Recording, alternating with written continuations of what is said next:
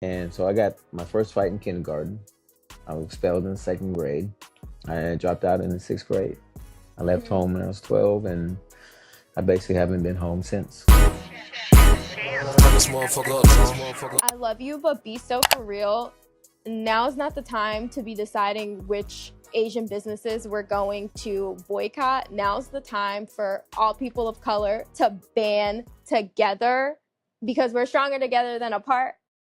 Speaking of not just boycotting all Asian businesses, today's guest is the founder and CEO of VietFive Coffee here in Chicago, an award-winning creative director, community advocate whose journey from incarceration to entrepreneurship is a powerful story of resilience, reinvention, and most importantly, community building through business. Tuan, welcome to I Love You But Be For Real. Thank you for having me. Thank you for letting us record in your coffee shop. Like I said, What do you we're think? live in Chicago. I think it's so cute. It's my first time here, and I'm really like a coffee shop person because I work remote. Okay. So like I've got to get out of the house at some point. So The spot for it. yes, it's nice. There's a lot of seating. I see a lot of outlets. I'm just like checking off the things that I look for. I'm like seating, outlets, Good Wi-Fi. good Wi-Fi. Yeah, my phone actually automatically connected or something. Good Wi-Fi, dessert. They have, you say this like ube? The ube latte. Ube latte without the caffeine if you've already had too much caffeine. And then give me some context because we were talking about coffee before when I met you on the panel that you were on, and you had told me that the strain or like the coffee beans that you get don't have the same like jitteriness that maybe other coffee has. So I know it's sourced from Vietnam, but like how does that work with like how did is it like a specific like way you grow it or how do you Yeah, my family grow and harvest this coffee. Okay. And I export it out of Vietnam, import it to the U.S., and we roast it here in the city, and we package it as well. So the coffee species that you're speaking about is Robusta. So majority of like Americans in general, they drink Arabica coffee, which is where you see in like Starbucks and a Dunkin' Donuts and pretty much everywhere that you go. But we grow only Robusta coffee. And to your point about the health benefits is that it's low acidic, it's high in antioxidant. It is 7 times more dense than Arabica coffee, so it is packed with nutrients.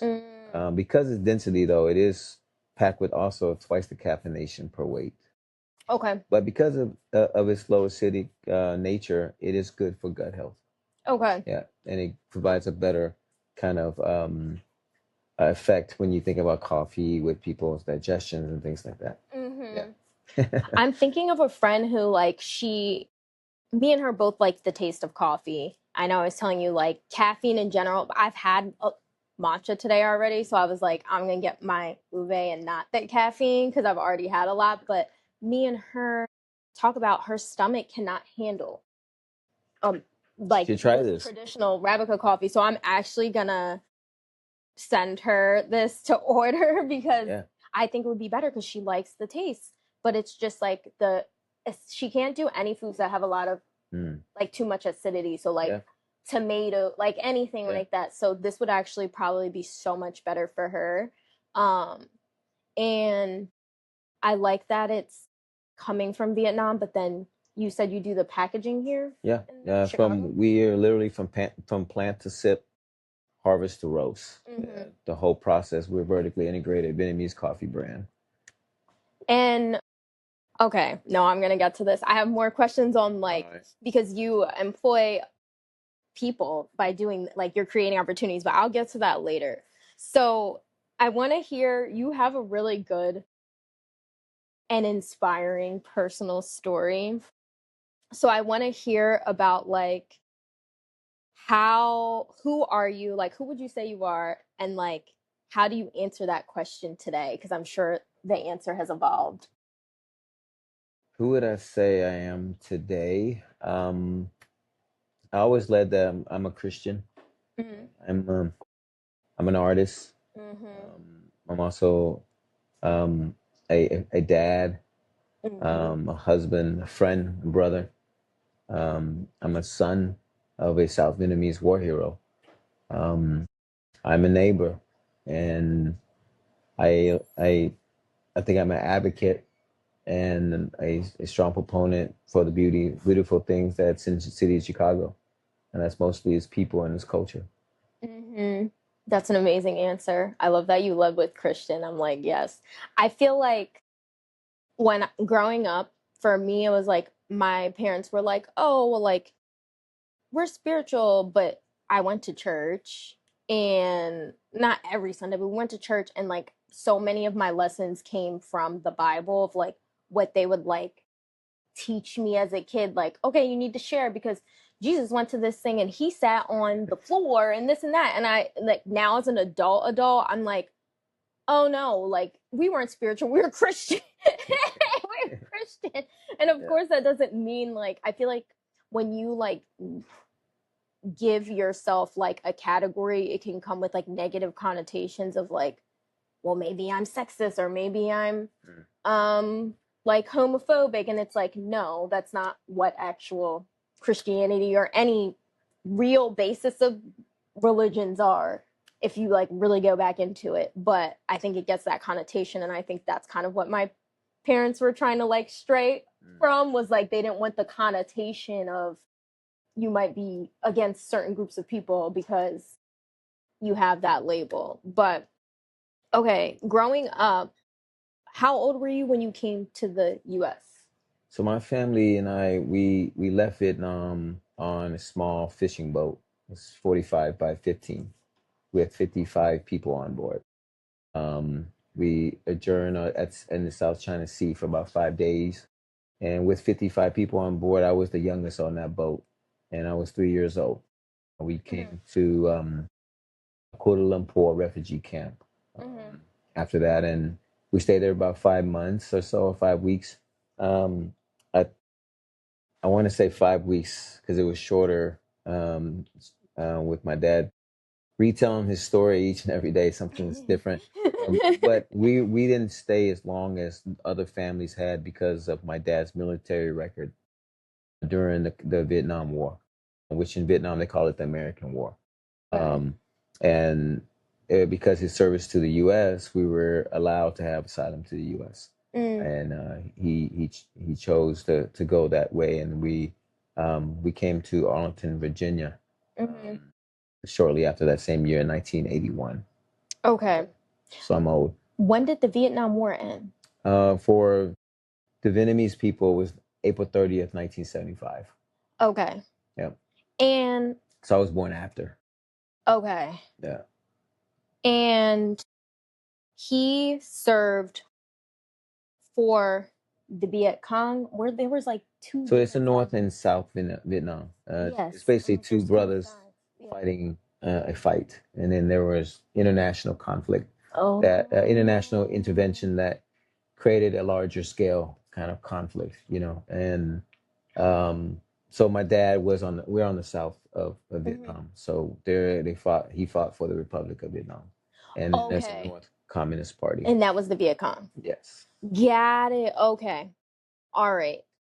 They don't teach us this in school. They teach us like it was just dumb for us to be there for that long. Like there was no point. That's literally the Yeah. basis of what they tell us. U.S. left 2 years prior to the fall, what they people say the fall of Saigon, which is when the end of the war. The North came in and took over the South, the capital. But I think my viewpoint in all that was, in learning and understanding more, is I think the Vietnamese people just didn't want to be colonized. Correct. Just didn't want to be, ran by a foreign government. And so, but I think the South was more sympathizers to Western influence than the North, right? So I think in the end, we live in one land, one people, split by conflict, and with outside, interjecting, the conflict continued. And allow a lot of loss of life. And eventually, Mm-hmm. since my family were my dad side with the South in the Mm-hmm. fight, we fled because of course, there's political persecution and things like that Mm-hmm. with our family. So he chose to take his family and leave, Mm-hmm. which I think was that's what brought us over here. Yeah, and I think like that leads to a question of like that I wanted to ask of like, what do you say when people are scared that immigrants are stealing our jobs here in the U.S.? Because it's like he he's here because of something that the US contributed to in a very significant way. So how do you respond to that? And have you ever dealt with people treating you differently because you're To the first part, you said that people fear that immigrants will take their mm-hmm, jobs over here. mm-hmm, Um, I don't know if that's true. mm-hmm, I don't believe that to be true. I think the immigrants, when they are aspiring to chase after a dream of a foreign land, a foreign flag, a nation that lives at the pinnacle of success in the world's eye view.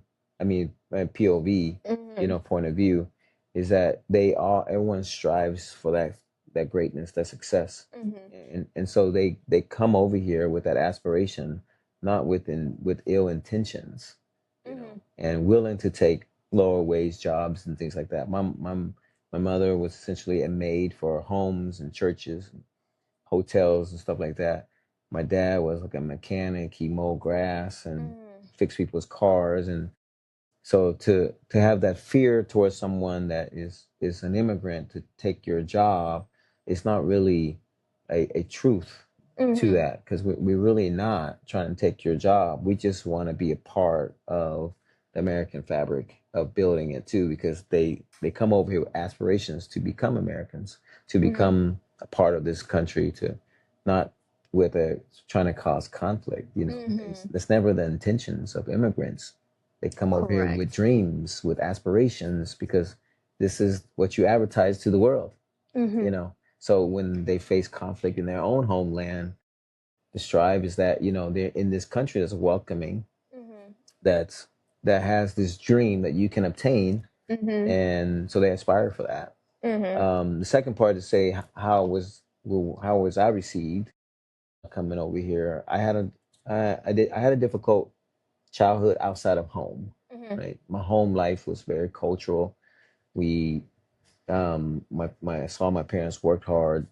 We were fed, we were loved, even though we were poor. mm-hmm, Um, we were taught our language and learning our customs. But stepping outside of those doors, we were always placed in um, what they call like under resourced neighborhoods, mm-hmm, and we were the minorities within the minorities, mm-hmm. right? I think that for me was my first POV into American society, was in government housing and projects, and Mm-hmm. they say the hood or whatever. But for me, I thought this was America to me, Yeah. and until I was able to leave the neighborhood and realize this. Uh, our neighbors that are in the neighborhood that I grew up with are not Mhm. treated the same when they're Mhm. outside their neighborhood, Mhm. And then going to school for me, I would be bussed into mostly like an all white school, Mhm. or something like that. And then eventually we lived across from a school, and I would walk to school, but were predominantly like, I was predominantly like the only Asian in the Mhm. school. Mhm. And so you wasn't welcome. I learned the word gook, chink, you Mhm. know. I would go to school and they would tell me to go home when I just got to school. I didn't understand it. Mhm. I didn't understand it at all. I didn't understand why that concept to me took me a while to understand. But what I saw was like their expression that I knew wasn't good. And so I got my first fight in kindergarten. I was expelled in the second grade. I dropped out in the sixth grade. I left Mhm. home when I was 12, and I basically haven't been home since. Mhm. So my journey with that and how they view us, I saw my parents work hard. Yeah. I saw that, a couple of times where he was, threatened and things like that. I knew people didn't want us in a way from the very first day we were on the plane. There were protests against us. South refugees, boat people is what they call us in world history. We were boat people. So if you Google boat people, you will find South Vietnamese refugees on boats. Oh my goodness. We were a part of that exodus out of Vietnam, and so we wasn't welcome in a way to this country, not by everyone, but Yeah. I think majority of folks, they gave us a chance. But what I experienced in my school and adolescence, it wasn't what I was hoping for, a proper childhood. Yeah. Yeah. Like the American dream of everybody kumbaya together in this nice melting pot. Yeah. Yeah, but I think the dream still is alive because I'm here, right? Yeah. I think I'm here. My parents are doing well, and gives you being able to travel globally, like seeing the perspectives of different places. I still, as I don't want to say tainted as our history is, and a lot of things about our history within this country that we live in now, we have this ability to be able to do this. So there's the beauty of it, and there's also a dark history of America. So, but I think where we sitting and where we're at as a convicted felon, myself being and having a business and thriving, be able to do what I'm doing. I don't think there's many places that allow me to be able to have the places that I am, where I am today. But despite that, there's still things that you got to deal with because ultimately it's people. It's the people. Yeah, I agree. I literally was just about to lead into I know your story includes incarceration and you're very open about sharing it. What do you think is the biggest lesson that you learned from that chapter of your life? I think my biggest lesson is that your past mistakes, your worst mistakes, should not define you for who you are today. Despite that moment, that experience that you have, you are still deserving of this moment, this time to live out your greatness, if you so choose to want to do it. I know there's still a lot of barriers I have to face still, but I don't let those doors that close on me as my end result. More so now I've learned to create my own path and my own lane, perseverance, open up my own doors, and really just by the grace of God, I'm even here, today. So I'm living a dream, and I'm living on God's grace each and every day.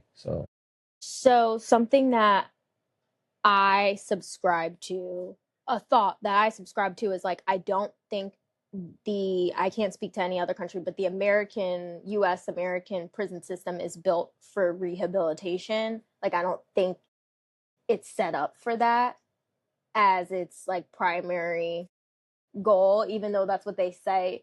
Oh, you're supposed to go and you do your time and you're supposed to come out better. That's what they set it up for. Yeah. I don't think it's built for that. So how were you able to, because you went in under 18, right? Yeah. So how were you able to even going in at such a young age where there's some formative years in there, still come out and not have let it break you down like it breaks a lot of people down? And most people, I forget the percent, but there's a high percent of people who once you've been incarcerated once, you're gonna go back kind of thing. Yeah, to your first point about the prison system within America, we're incarcerated right now around almost 2 million people in 6,245 prisons around the United States. And in this country, you have around 80 million people that are just as impacted. that has been affected by the prison system. Correct. That is a tremendous amount. In 2030, it's projected to be 100 million people.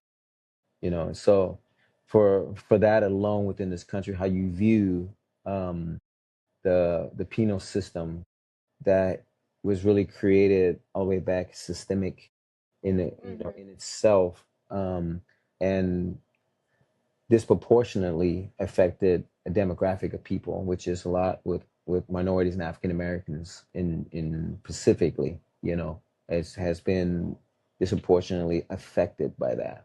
I went in the early 90s, where juvenile lifers sentenced to life was still a thing.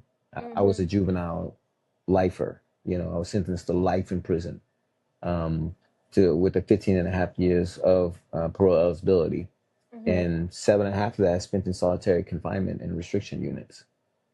So how do I, saying that, how do I not let that experience affect me mentally? It has affected me mentally. Oh yeah, You know, there's no way it can't. It has dwarfed my worldview for so long. But how you have to survive through those experiences is really, for me personally, it was only by God calling me out of that situation, and also me having to accept, to wanting to be better, to do better, not knowing I'll ever get out of prison. I was sentenced in the state of Kansas, which is, to you say rehabilitation is non-existence in a sense. For me, I didn't view the system that I was a part of was really conducive to me wanting to change. It really had to take me wanting to do it and really God tugging at my heart to say that you are going to be, this is not going to be your final place. And really believing in that, and seeing that experience as a juvenile as well, because I went through the juvenile system as well, and really viewing my peers that I grew up with from the streets to juvenile to, you know, what they call the big house, or, you know, prison. It was still disproportionately, you know, by racial divides. You know, with sentencing, I could see it, you know, and your one person could be, I share this experience with a lot of my close friends, is that I sit in the county in the courthouse waiting to go to court while these other two are waiting to go get sentenced. You know, one's in another pod across from me because I was in the violent pods, and one had got caught with, you know, like two crack rocks. Okay. The other one, he got caught with a trunk load of marijuana and weed and cocaine and stuff. And one got 32 months community corrections, which is like a probation, you know, going through, you know, he gets to go home on community corrections, you know. This other guy, he's going to do a 5 to 10 years, right? Sentence. He's facing 5 to 10 years. And the only thing there's difference between them at that point, I just looked at as one guy was from the suburban of a city, and the other guy is within the city, and he's African American, you know. And I sit across from him. And like 2 crack rocks, that's just like possession, like personal possession. Like that's not enough to like sell, right? I don't know. But that's I'm like, so that's. But it's also well known now too within the system that the crime bill, the war on drugs, and all those things are disproportionately affected African American and minorities within this country. Yes. That's really like a factual thing. It is factual. Because I've read a 400-page book. I am a part of the crime bill. Yeah. Right? My crime, though I did, you know, end up killing someone, it didn't constitute the violent nature of the crime for a life sentence. But because I had a criminal record as a juvenile, I was, you know, not in school, I was doing this, I was more inclined to be sentenced harsher, and a gang member at the time too. So it was like you were more, you know, deemed as irredeemable.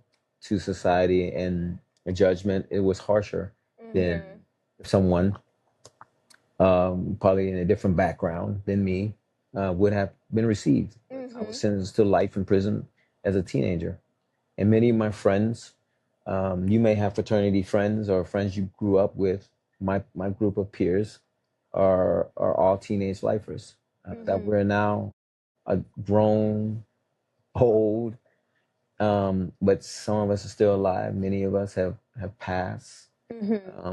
I've lost around like 28, 29 friends now since I've been released. And their experience has not been like mine. And many of us going through that experience, it's hard, it's difficult to adjust to a world that's moved on while your life stood still. You know, and that you can never be able to explain truly to someone can understand it. Our experience. To say I was essentially a child growing up in a penal system that's not about rehabilitating. Yes, it's really to break you down. Expect me to come out into society to be a normal citizen. It's and then once you step out of there, you have parameters that you also have to abide by and meet the expectation of. And it's hard. So that's why we hope to create, a space that I have now to, you have a record on on you. That's your first qualification to work on my team, I love that because it's really like going into that rehabilitation. It's not just like, okay, you come out and you're a better person, but also if it was really about rehabilitation, you would come out and you would have opportunities to earn an honest living. I'm just going to call it honest living. The honest living that everyone says that we should be doing. Okay, well, if I can't get jobs because I have something on my record, how is the system set up for me to earn an honest living? Well, we can't even rent. No one in the city would rent to me because of my record. I had a great job. I worked at one of the largest ad agencies in the world. I'm in corporate, coming out of prison, right? I graduated college and I got recruited to come to the city of Chicago, and I was seeking housing. And on that application, in your apartment applications, there's a checkbox that says, "Have you ever committed a crime?" And I would say, "Yes, of course. I don't want to lie." And they would deny you on that. And I had great credit because I spent so long in prison, so I had great credit. I had a great paying job, but they still deny me a rent over and over until one landlord decided to give me a chance. And then I rent and I saved until I had to buy my own because I didn't want to go through that process again.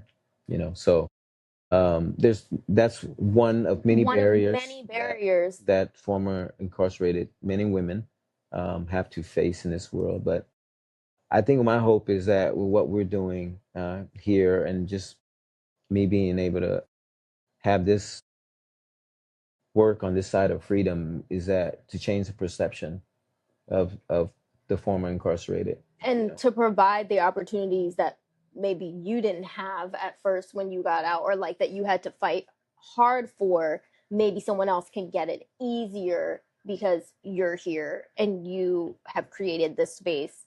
And even I think something that I saw online was like, even if someone only gets to like have a conversation with someone who's like them, like, oh, I met someone else who's formerly incarcerated and they understood my trauma.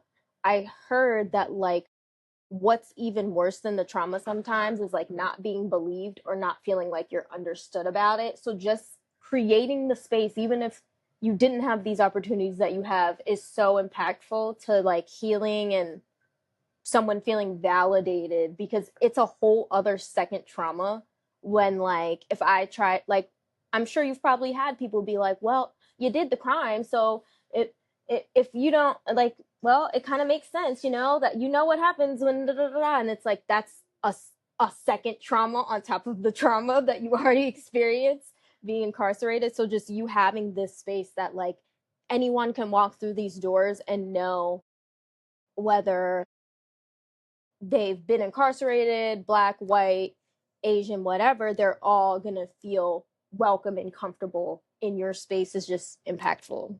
I think in the name of community safety, everyone wants to feel safe. So I never hold it against anyone. If they learn about my crime, because I make it open, I mean, there's an article in Chicago Magazine about me. Yes. But if they so choose to want to not be friends with me, not want to be around me because they feel not safe, I totally understand it. I think people deserve to feel safe wherever they're at. Right? That's these very deserving, and even in the workplace. But I think I don't want to say I think, my goal is that you shift the mindset of someone viewpoint of them by their character and talent. View their talent and their character, and then you can evaluate properly if this individual, despite their background, can hold a job, can have the character to be entrusted with the responsibilities. And I'm hoping that with men and women that come around us within our space, that we could provide, the certifications and the training and things like that, that we could introduce or share the space with potential, you know, um, businesses, corporate offices, that it can viewpoint just as impacted individuals through the lens of character and talent. I love that. And like the other piece I didn't touch on that you mentioned was like just changing the perception, because to your point, everyone just wants to feel safe. At the end of the day, it's one of like on the Maslow's hierarchy of needs, it's at the bottom, like feeling safe and secure. So someone may have a perception based on what they've seen on TV, which is very purposeful by which we know, by the way, like they're trying to push a perception. And if you don't know anything different and that's all you've seen on TV, I can understand why maybe you wouldn't feel safe. But spaces like this can help break No, I mean, perception. believe me, I think the prison are meant to house the worst of society, whatever. Right? Because I've grown up with a lot of folks that scare the heck out of me. Right. It's not to say that there's not people who can't, who aren't, whatever, but it's like, that's not the whole. No, for sure. But I think there also is some of the most talented people. I spend all my time not only solitary, but maximum security prison. And I have a moment of where I was elevated custody level, but majority of my sentence was in a maximum security prison or solitary. And even through that experience, I've realized there's so much talent that is here. And my viewpoint, my POV of the 80 million justice impacted individuals is that those are great percentage of those have tremendous talent. Yes. And I like to think myself being a talented person myself and wanting to be a contributor to society. Now, that percentage of folks that society's POV towards criminality, there might be some truth to that, but if that's only the veil that they view us through, then they're not giving it really a chance for others that really truly have the talent that could become productive members of society. So there's a whole shift in how America can view the former incarcerated. Right. I agree. And speaking of talent, I'm sure you have many talents outside of coffee.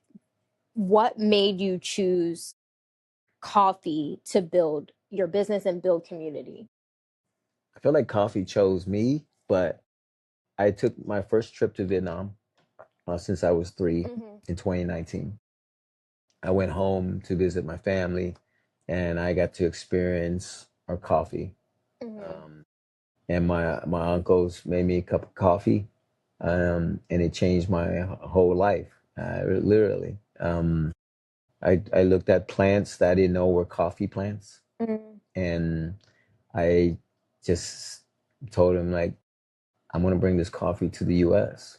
So whatever you're doing with it now, I'm gonna bring this to the U.S. So Mm-hmm. literally 3 weeks after I left Vietnam, I started importing a small amount of coffee, of Robusta beans, green beans, and trying to figure out how to develop a profile for it.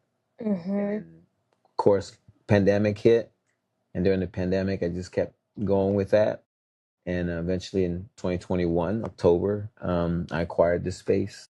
Wow. But I felt like, and then it was a good time for me to leave, advertising world. That's what the space I was in.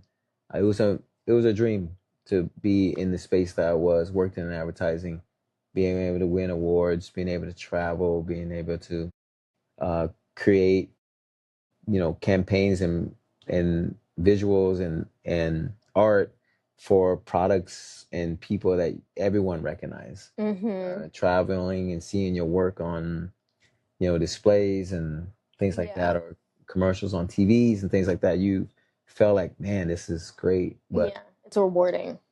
But I still felt like God's called me to do something more, Yeah. something else. Though I love my job, I love the people I work with. They eventually accepted me, uh, and I felt like I was going to be there for a long time. Mm-hmm. But when the coffee thing came along, I left, Mm-hmm. with their blessings and my family's reluctancies too. 'Cause Mm-hmm. for them, I was living the American dream, right? Mm-hmm. I lived in, worked in downtown Chicago, Mm-hmm. right, in the high rise, and Like, what more could you what want? more could I want? And for me, I just felt like this was something that I could um, create, develop, but not only for myself, but create a platform that then I can do what the heck I want to do with it. And what I want to do with it is to really create, but not to be known as the biggest coffee Vietnamese brand in the world, but more that too, but also that we're going to be known for the largest impact that we will ever make in this world as a brand, and that's what my goal is, that people will Mm-hmm. feel, not only feel our coffee, but also feel the impact that we're going to make starting right here in the city of Chicago. Mm-hmm. That's amazing also, because I didn't really like think about the timeline, like 2021 to 2026, the fact that you have the space, the fact that you're expanding as far as like who you provide the coffee to. Like 5 years for a business is a short amount of time. I don't think people realize, like, when you start any brick and mortar, like, you have to have a spot type of business, like, it takes a long time It's hard. to build and to like sustain. So that's really fast. I think you really have to be part crazy Yes, too. I agree. You really have to be like not watching what everyone's doing.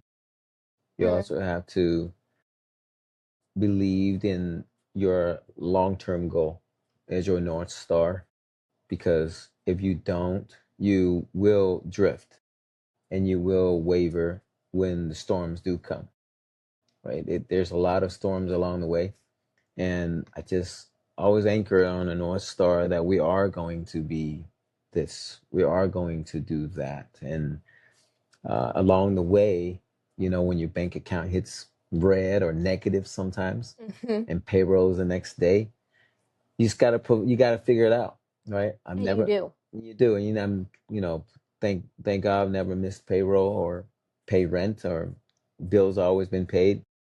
But I think more so is the people and the guests that comes in, people that are affected by what we're doing and the space in general, and just our messaging, and the community that we are building and broadening in Mm-hmm. the city. And I couldn't do it anywhere in any city except Chicago. This Chicago is the longest place I've called home, and Chicago has been the one city that embraced me, and I am so grateful for that. Like, Mm-hmm. I that's to me what makes Chicago the greatest city in the whole world. Mm-hmm. Unapologetically, I really do believe that, and because of the people and also the culture that's within that's within it. People are makers here, man. People are creators. People are artists, entrepreneurs. They're very aspirational in so many different ways within the city, and they continue to fight. You know, there's a protest in the city every single day. There is. There's a smog right now, but I guarantee you there's a protest somewhere. Yeah. People don't put up with anything here in the city. But I think like one thing that stands true is that if you are who you are and you're not trying to be anybody else, the city will embrace you. I agree. You know? I agree. But if you're not in any of those things and you're trying to be somebody else, they quick to call you out. Yes. Chicago will quick to call you out. Yeah, and they don't care. They don't care. Because I'm like originally from Philly, so I'm not originally from here. So it's like I've been here for 5 years all by choice. Like I came here because I felt like it, literally. And I stayed because I felt like it. I don't have to be here. My job, I can work remote, all the like I'm literally here because I feel like it, because it's a city, like you said, that will embrace you when you're being true to who you are and what you believe in. And I think also, like, not only have you had your North Star, but I would imagine that just because you have like such a huge why behind your business, it's not just like, I want to have a coffee shop because I like coffee.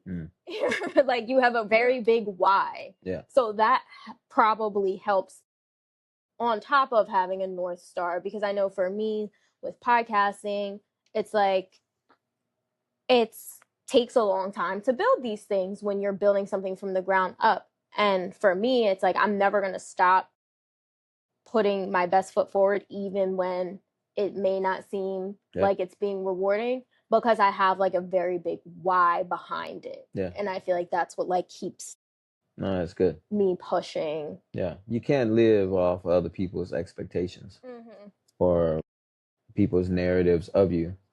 You allow it, they'll write it for you.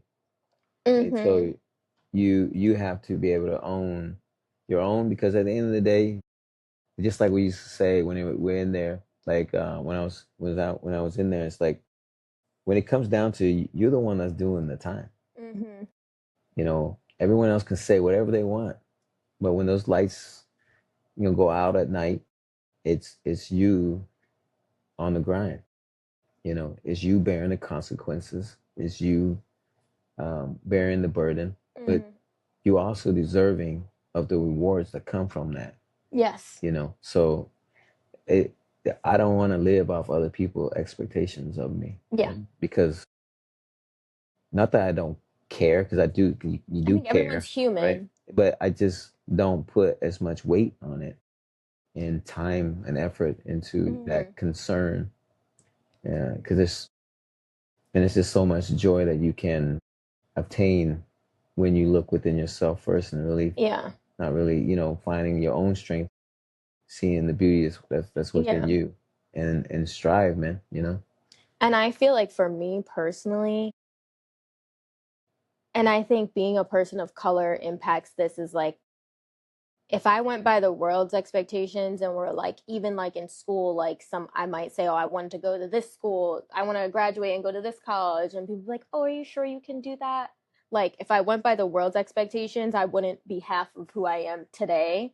So it's like, whether it's good, bad, or indifferent of like what other people's expectations of you, they can hold you back. I feel like there's good where it's like, oh, people expect you to do more. But I feel like for me, it's been a lot of like, people expect me to do less. People expect me to achieve less, or not be able to do this, or not be able to do that. And I'm always like, you're delusional. I can do whatever I put my mind and my work and talent to. I can make it happen. And Why not? Why not? Why not? And you don't have to answer that, because I'll answer it for you, because there is no answer. I can do it. So I feel like I always have this thing when people cast opinions. Yeah. I always ask them, like, how do you know? How do you know? Like, really, like, I find it to be a different conversation after that.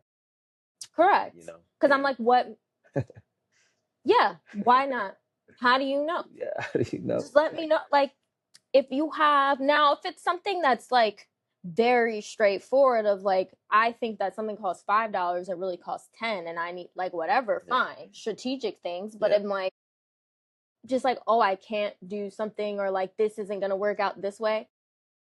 Tell me why, because I'll probably tell you another why of why it can, or whatever the case may be. So I feel that. Now, we talked about the American dream and like the fact that you're able to do this here and you may not be able to do this somewhere else. With your experience and your background, we're a capitalist country here. And, you know, there was a time that like they had argued about like trickle down economics. Like, if I'm the business owner and money will just flow through. So it doesn't matter how rich I get, it'll flow through to everyone else.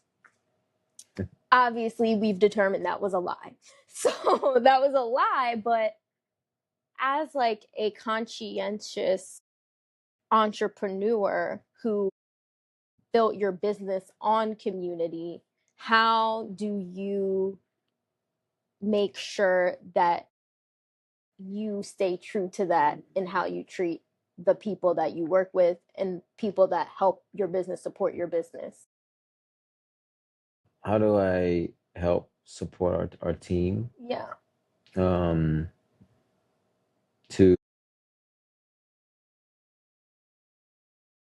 I'm trying to phrase that question. I think for us is that, and my hope in a lot of the to not deal to help with resolving a lot of the social economic divide within our city is to really provide an upward mobility for specific demographics of people.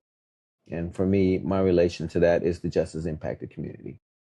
Is that to have an upward mobility? There's around 13, 14,000 people that are on parole within our city of Chicago, and their income is around 8,000 to 30,000 a year within a high living cost city.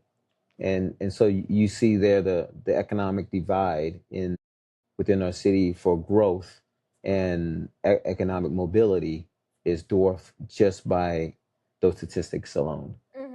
And so what I view in my what we're able to do and what I'm hoping to be able to provide and encourage those that are able to provide even further are, through certifications and training for an upward mobility. A lot of our team members come in with everyone has the ability to become a manager, to earn their managerial certificates, to earn specific certifications, and and also an entrepreneurship pathway. And because if within ourselves don't have the vision and goals for upward mobility, you don't even know what that upward mobility is, because for generation only, you might not even experience that within your own block, your own home, when you see the parents or your grandparents work a certain way that you only not able to see across the horizon what's greater for you, what's your ability that you have to be able to excel and grow.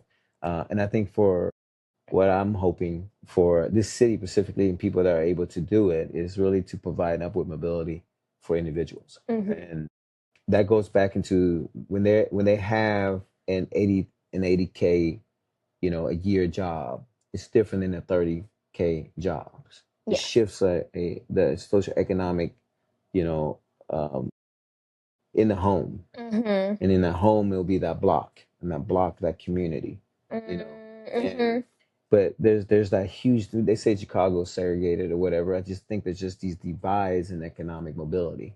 Yeah. Right. There's a huge gap in economic mobility for individuals. And I can only do it within our own lane. Yeah. Within our own means.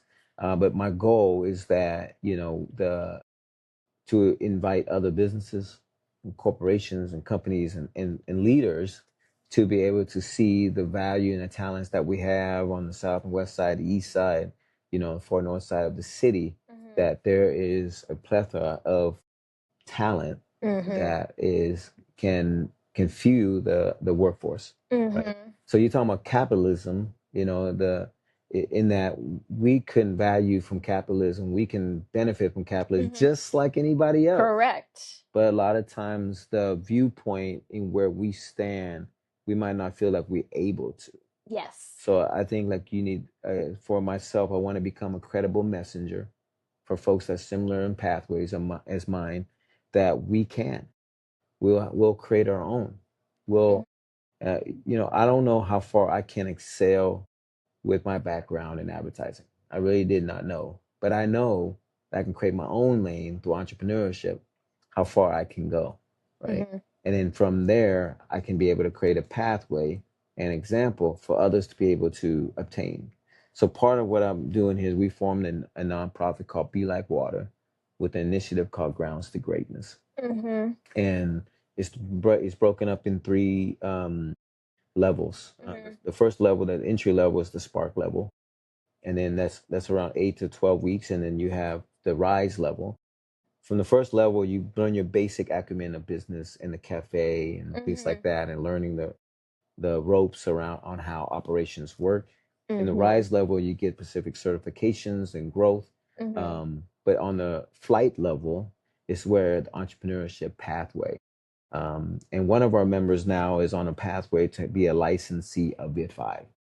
So they can be a licensed VietFive, license the brand, and own it for themselves, right? Through our licensing program. Yeah. So that trajectory is an upward mobility. Yeah. Right? It's an upward mobility to where someone that's formerly incarcerated on parole, going through there, and now they have employment, but now they have a pathway for upward mobility and eventually ownership. You know, that's how I'm seeing that I could, through my life experience, can obtain and have that ownership and that growth and that flight level, because my dream is that they all fly. You know, so that's how we are able to do it. And I'm just hoping to be able to encourage that same motivation to other businesses with what they're already doing and how they're doing it. It's really just being able to allow us in the door. I am a person who believes in like conscientious capitalism. I'm like, there's a way to do it in a way that is impactful in a positive way. And just because a lot of businesses don't do it that way doesn't mean that like I can't, or you can't, or anyone can't start a business that does do it that way and keep their morals and their values in mind in how they treat and the opportunities they provide for their team. So I think that's really cool. And like you said, like maybe you can't solve all, none of us, something I learned, I went to business school and like we had to take a class our freshman year on like how can businesses actually like business school? Yeah. That's awesome. Yeah. Yeah. I'm a creative that went to business school. I'm like, it feels like another life, even though it's not, because I think about things in that way. I made a lot of bad business decisions, and I always accredit it to tuition because I never went to business school. I made a lot of bad hires. You're like, that was what I paid tuition. Yeah, that's what I did. Well, tuition, yeah. I made a lot of I'm bad still paying hires that with I'm started. still in debt. So I'm like, and it costs a lot of money, and I just chop it up as a loss and say it's tuition. It is. You know, I had tuition, you got tuition. Yep. I'm still paying mine. So I'm almost done, kind of. I think I'll be done in like a couple years, but which is crazy. That's a whole nother topic. Right, a whole other thing, a whole other barrier. But yeah, I think like we had this class and we had to like say, how can businesses actually benefit from doing the right thing for their employees? Actually benefit, not just doing it to check a box. Like, how do businesses help? And when we could pick any topic we wanted to pick and any business we wanted to pick. And the first thing that our professor said was, you cannot solve all the world's problems. Like, you could have all these ideas about all these things you want to help with. You need to pick one right now that you feel the most passionately about and like have the most ideas about, and stay in that lane. Yeah. Somebody else is going to do the other lane. Hopefully, like God willing, there will be somebody else who steps in to that other problem that you think is really worthy of. Someone else can do that. But you have your lane that you care about, and you need to like put Yeah. your all into this one so someone else can put their all into the other one. So I kind of like how you're like, I'm very aware, like, this is my lane, and Yeah. you're confident in that versus being like, I'm gonna change this. It's like, no, that was like, and honestly, it was a very eye-opening thing when she said that, because I think I would kind of be like, what? But then I'm not helping this, or then I'm not whatever. No. Yeah. Do this. Someone else's like strong suit is gonna be something else, and they can solve that. Now, shifting into like being an Asian business owner, there was a lot of dialogue online after in South Carolina there was a 14-year-old Black male that was shot by an Asian like store owner, and a lot of African Americans specifically in the US have been like, oh well, we're boycotting around the time of like Juneteenth, and so they're like, we're boycotting all Asian businesses all over the country. All, it doesn't matter. I think the store owner was Chinese, so it wasn't Chinese businesses. Not that I even think that makes sense, but it was all Asian businesses. And personally, I spoke out on my podcast platform saying, as a African American person, through and through, like my parents are African, like I am very much African American through and through, and I don't agree with that, because while any business that that person owned, like the Chinese man who did not, who probably had a racially charged killing, I don't think we should support his businesses. But what does that have to do with like me coming here to your business, to your coffee shop that's Asian owned, and not supporting this when you didn't have nothing to do? And actually, you employ people who are formerly incarcerated, which we said disproportionately is African Americans. What do you think both communities misunderstand about each other, like whether it be Asian communities and Black communities? Like, what do you think we misunderstand about each other? Well, what do we misunderstand about each other? For me, this story reminds me a lot when I was younger too. So it's like it's nothing new under the sun. I think it was like in the early '90s, Korean lady shot this young African American woman, Latasha Harlan or something like that, in LA, in California somewhere. And that caused, this whole thing. And then the LA riots happened. And but first, let me also say, like, the societal things, is reflecting of that incident. The outrage from African American community towards that would be the same if it was with, a white or, Jewish or other folks, because Black people experienced that for centuries in the city of an African American man and woman being violently attacked, or something happened, or being perceived that they were violent to deserving of this act. Yeah. And and it's a lot of it just not accurate in the story that's being told. But I think their reaction to it, towards it, I don't want to say it's wrong. That's just my POV. It's like, dude, you shot a young man when you didn't have to, because you felt this or that, towards a certain demographic of people, or your store, your property. Property can be replaced. A human life cannot be. But if you view this human life as lesser than you, and somehow the property is greater than the value of the human life, then you feel like you're justified enough to take another person's life. And it's never justifiable to be able to do that, even though I am the culprit of violence in my own, experience. And I think in that whole viewpoint of that, I think all of that stuff is skewed in a way of the value. There's still in this whole story, a young man's life is lost that can't ever be replaced. His family, his lost the son. His future kids will never be able to meet him. Things like that. We don't ever look in depth in the amount of minority bodies that's stacked up in our city to become statistics and numbers, news clippings, and we're so far removed. And I feel like that's in America, in society, how it's not a travesty when those things are happening. We become callous to death. And our language has become a language of death.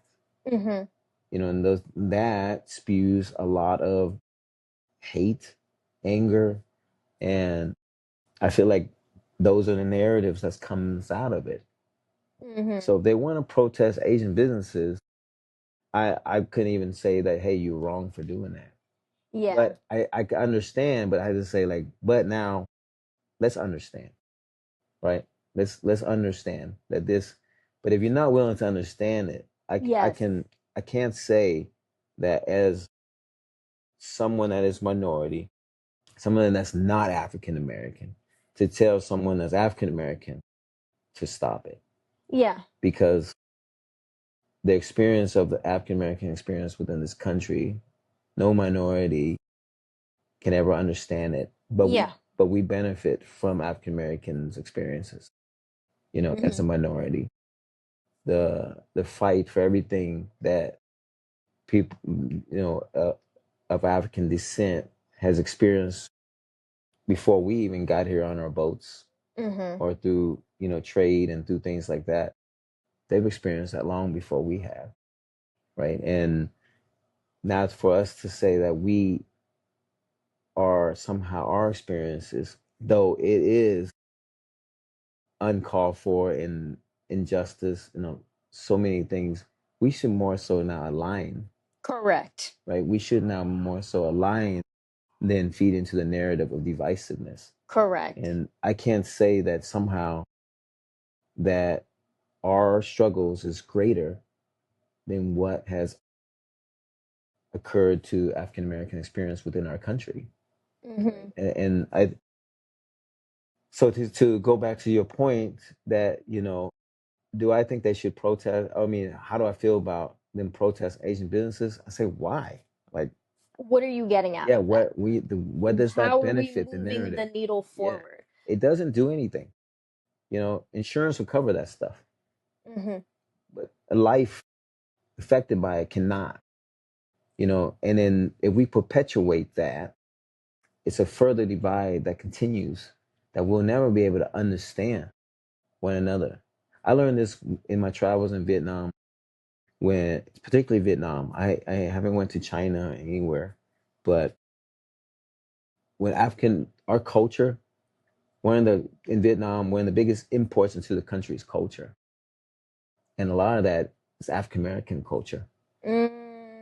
From our music, the fashion, all those things, They used to say that I talk black. I sound like I'm a black person, or whatever. I'm just saying I'm speaking English.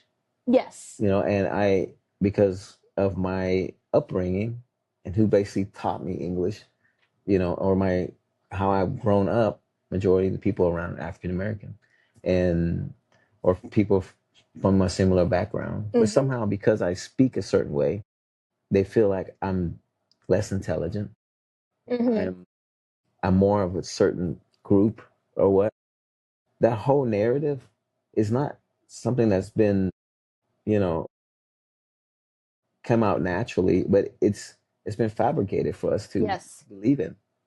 So I think this whole issue is, when I say it's a whole societal thing that we see that's coming out of that. It's a reflection of that. But we don't have to respond to it that way. You know, we don't have to respond to it that way. And I think we are stronger together. I think, well, we basically scared the shit out of everybody. And that's why they want us to stay apart. Because, like, you're able to employ. I came in the shop, there was 2 African Americans and 1 Latino person. Yeah. Working. But look, let me make this comment too. There's going to, so on the Asian side, a lot of the immigrants coming over here, we are taught to assimilate. Correct. Yeah. We're taught to assimilate. I've heard that. And from changing our names, and I never changed my name, but a lot of people do. Also the viewpoint in how as we're assimilating, we view American life, what is success and what is not. A lot of times that does skew white, right? And a lot of times they favor, what white America is doing outside of what Black America is doing, and that not realizing that a lot of stuff is stolen from Black America and then just put in white America. But that creates something within the Asian American experiences over here that are particularly generational. I think the older generation, I have to be flat out said, a lot of the older Asians, they hella racist. Yeah. Hella racist against Hispanics, against, African Americans. And it's in reverse in a lot of different cultures too. Like I used to be called Chinese when I'm not Chinese by a lot of African Americans. They buck us in the same thing, making fun of me and things like that, and in all kind of ways. But I never, like, it's just always this generational. But to the Asian experience, I think a lot of them, man, they're hella racist too. Yeah. Hella racist and prejudice and all those things. And I've heard it from my own parents, from people, older, and I'm like, why would you say that? But to your point, it's fabricated on both sides. Like, it's set up for Asian people to be racist towards other minorities and for other minorities to be racist towards Asians. It's like set up that way. That's what we're supposed to be doing. I love watching these TikTok videos of Black dudes in Vietnam speaking Vietnamese. Oh, it's the best. And they get so many followers and things because I think as Vietnamese people, when you see other people speak our language, it's not like, oh, you shouldn't speak that way. Yeah. It's like, I think that's dope. I think it's funny. Yeah. I also think like, oh, he is someone that's different than us, but he's welcoming us. So it's not the other way around. It's like you're viewing it that culture is accepting us because he's learning to speak our language. In America, if we have that same viewpoint to learning to accept other cultures in that way, it's celebratory, not conflict. Yes. Right? It's community, not a disconnect. Yes. Right? It's like if you are somehow in the US speaking Vietnamese, it's somehow not as much as celebrated if you were in Vietnam speaking Vietnamese.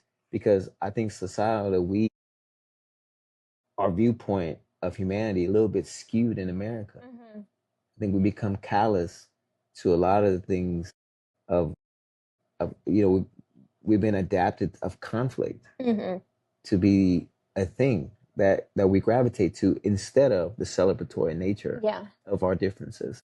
Yeah. And to me, that's a travesty. I agree. I'm fluent in Spanish, but I'm not Hispanic. And because of my skin tone, can be racially ambiguous, I guess people say sometimes. So a lot of times I'll be talking to someone who is like Hispanic actually, and they'll be like, "Oh, but your mom or your dad, they're not Hispanic." I'm like, "No, you're like your grandma," and I'm like, "No, I'm Black. I love y'all's culture. I learned it because I love it, and I love your music. Like, I love a lot of things, and I like celebrate it, and that's why I like take my Spanish serious, but I'm not Hispanic." And the concept that like I could be just appreciating something for the sake of appreciating it and like learning it and gravitating and celebrating the culture is like it doesn't compute. I'm like, wait, what? You have to have some sort of connection. There's no way you just are celebrating it just because you appreciate it. Yeah. So yeah, I that kind of like made me think about that because I'm like, yeah, why is it so hard to believe that someone could appreciate something that maybe they don't have the background in, but they see. And I think also like here in the US, at some point it's going to be like, well, I don't know because they're doing all the immigration stuff. But like I was going to say, at some point it's going to be more people speak Spanish than English here. But I don't think it, we'll see. But it was on that trajectory a while ago. And I'm like, well, how important is it that there's that I could understand a lot of people here better because, you know, people can communicate better in their native language. Yeah. So how beautiful would it be that like I could have a deeper conversation with someone because I've taken the time to learn their language? Yeah. Do you know what I mean? And it's like, I don't know, but that concept to your point, and I think you answered this question already through us talking, but one of my questions is going to be like, how do you think that we can build authentic relationships with other cultures? But I like we've really been answering that as just one, like curiosity and like celebrating versus like trying to, I think it's like accepting that there's differences. Like at the base level we're talking about language, like the Black guy and learning like speaking Vietnamese in Vietnam, it's like, but there's more differences or like cultural things, but like not saying they don't exist, but like accepting them and celebrating them versus like the trauma that I think a lot of immigrants speak of, not just from Vietnam, but I have friends who, or even some like, even Italians, a lot of Italian Americans don't know Italian because they were taught to assimilate. They didn't want to be like judged against. Yep. And they're white. Like, so it's like that, instead of like continuing on with that assimilation, maintaining, learning what you need to learn to play the game, right? Like you got to play the game, but then like still being like not erasing. And then on the flip side, for minorities, celebrating all of our little things on top of us playing the game is what I feel like we need to do. And that's what I feel like how you kind of run your business is like, of course, maybe there's some things that you needed to learn to play the game. You said you made some business mistakes, whatever. There's a game to be played. But at the end of the day, you're celebrating your culture, you're celebrating other people's cultures and uplifting versus being like, well, you didn't have the experience of coming off the boat. You were born here and blah, blah, blah, blah. I have a friend who had a boss who was Indian, and her boss said directly to her, she's white, so like he felt as though he could say it, was like, oh, you know, African Americans here in this country, they're spoiled because they were born here, so they didn't have to work to come off the boat. So yeah, I feel like there's like ideologies that are purposely like pitting us against each other. But if we really like sit and like think about it and become open, because you said like you can't help someone who's not open to like seeing or learning. But if you just become open to seeing or learning, might change your perspective. Absolutely. Yeah. I have a couple rapid fire questions before we close. One lesson prison taught you. Time is the one thing you deposit you can't withdraw. T. A book that changed your life. Warlord in the Bible. Oh, those are good ones. I'm like, yes, I have not read The Warlord, but when you said the Bible, I'm like, yes. A Vietnamese value everyone could benefit from.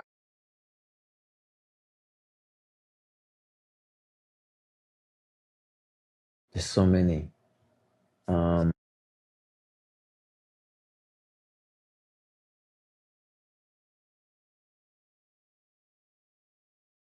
Always respect your elders. That's a good one. That's in the Bible too. It is. Thank you so much for sharing your story, letting me see your space. Oh, wait, I have to taste this. I gotta do it for the camera. Okay, what is it called? It's our peach mango puff pastry. It's the only sweet that we make in-house. Okay, I really like make it. a lot of savories. And I'm gonna say why I really like it. Because I don't have like a sweet tooth at all. I can appreciate something that's good and be like, okay, I need to put it down. This is not that sweet. No, yeah, it's pretty bad. This is just like you said peach mango, right? Yeah. This is just from the fruit. Yeah. Mainly. It's not like a ton of extra sweetness added. It's not like this is good actually. Anyone who knows me knows I'm not a sweets person. But like I could finish this whole piece. Me being able to finish a whole piece of a sweet, like it's good. This is good. Love it. Thank you so much for sharing your story, letting me experience your coffee shop, the energy, spreading truths about our communities working together. And thank you all so much for listening. And if you want more conversations that go beyond just the headlines and that go beyond like this is what happened and actually build meaningful conversations, be sure to follow I Love You But Podcast and subscribe for more. Until next time. Bye.